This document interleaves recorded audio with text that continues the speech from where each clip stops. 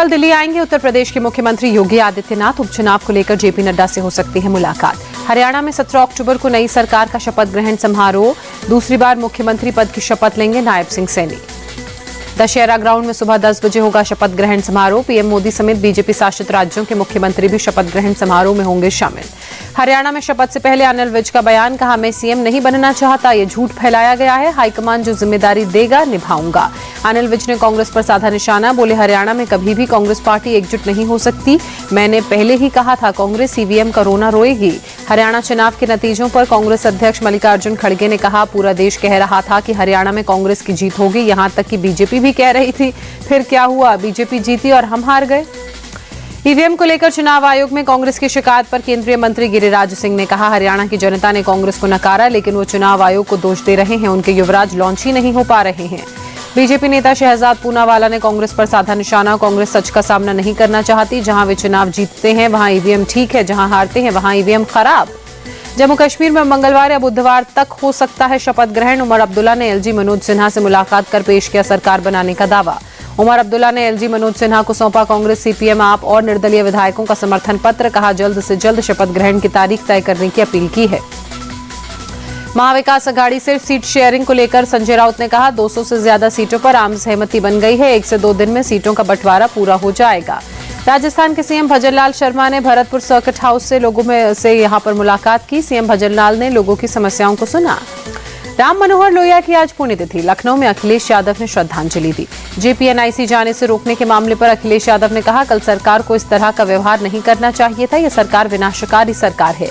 वक्फ bill को लेकर असदुद्दीन ओवैसी के भड़काऊ बोल, कहा एक मस्जिद खोई, अब मस्जिद कब्रिस्तान को नहीं खोएंगे। हमारे नौजवानों ने चूड़ियां नहीं पहनी है, कानून बना तो देश में सामाजिक अस्थिरता पैदा होगी।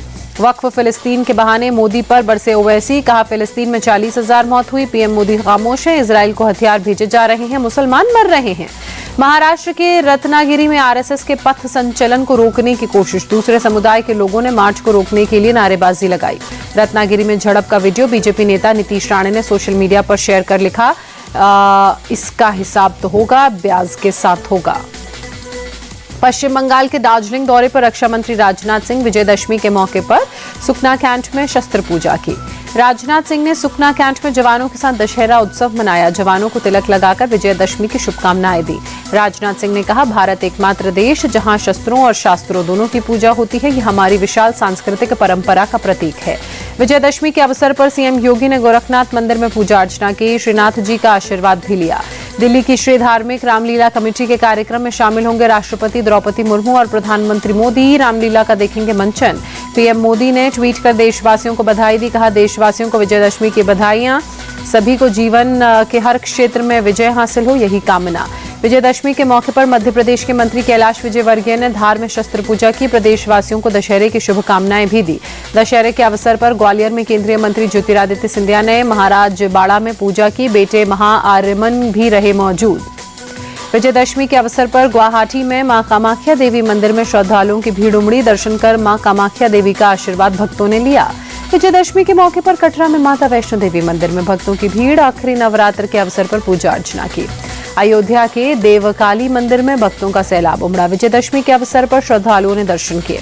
मध्य प्रदेश के सीएम मोहन भागवत ने विजयदशमी के अवसर पर पूजा अर्चना की। हवन कर मां का आशीर्वाद लिया। गोवा सीएम प्रमोद सावंत ने प्रदेशवासियों और देशवासियों को विजयदशमी की शुभकामनाएं देते हुए कहा, गोवा में हर त्योहार की तरह दशहरे को भी धूमधाम से मनाया जाता है। गुजरात के अहमदाबाद में पुलिस कमिश्नर जीएस मलिक ने पुलिस मुख्यालय में दशहरा पूजा की। शस्त्र पूजा में पुलिस के वरिष्ठ अधिकारी भी मौजूद रहे। रांची के दुर्गाबाड़ी मंदिर में सिंदूर खेला उत्सव। बड़ी संख्या में शामिल हुई महिलाएं।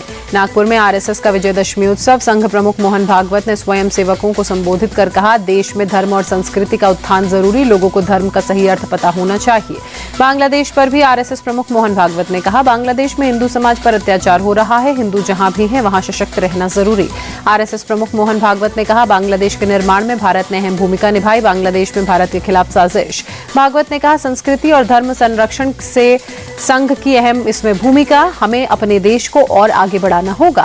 मोहन भागवत ने कहा, आज भारत हर क्षेत्र में तेजी से आगे बढ़ रहा है। भारत के दृष्टिकोण को दुनिया ने स्वीकारा। वसुधैव कुटुंबकम को दुनिया मान रही है। संघ प्रमुख मोहन भागवत ने नागपुर में विजयदशमी के अवसर पर शस्त्र पूजा की। पूर्व इसरो प्रमुख के राधाकृष्णन भी कार्यक्रम में मौजूद रहे। महाराष्ट्र के नागपुर में आरएसएस ने विजयदशमी के अवसर पर पथ संचलन मार्च निकाला। आरएसएस प्रमुख मोहन भागवत भी मौजूद रहे। भारत बांग्लादेश के बीच तीसरा T20 मैच आज हैदराबाद के राजीव गांधी स्टेडियम में खेला जाएगा। मैच मुकाबले से पहले टीम इंडिया ने स्टेडियम में जमकर किया अभ्यास। भारतीय क्रिकेट कंट्रोल बोर्ड ने क्रिकेट के नियमों में बड़े बदलाव किए। गेंद पर थूक लगाने पर एक्शन लेगा बीसीसीआई। रिटायर्ड हर्ट होने वाले खिलाड़ी को दोबारा खेलने का नहीं मिलेगा मौका।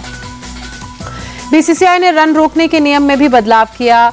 बीसीसीआई ने सभी घरेलू मैचों के लिए लागू किए नियम। सभी मल्टी डे मैच और लिमिटेड ओवर्स के मैचों में भी नए नियम लागू।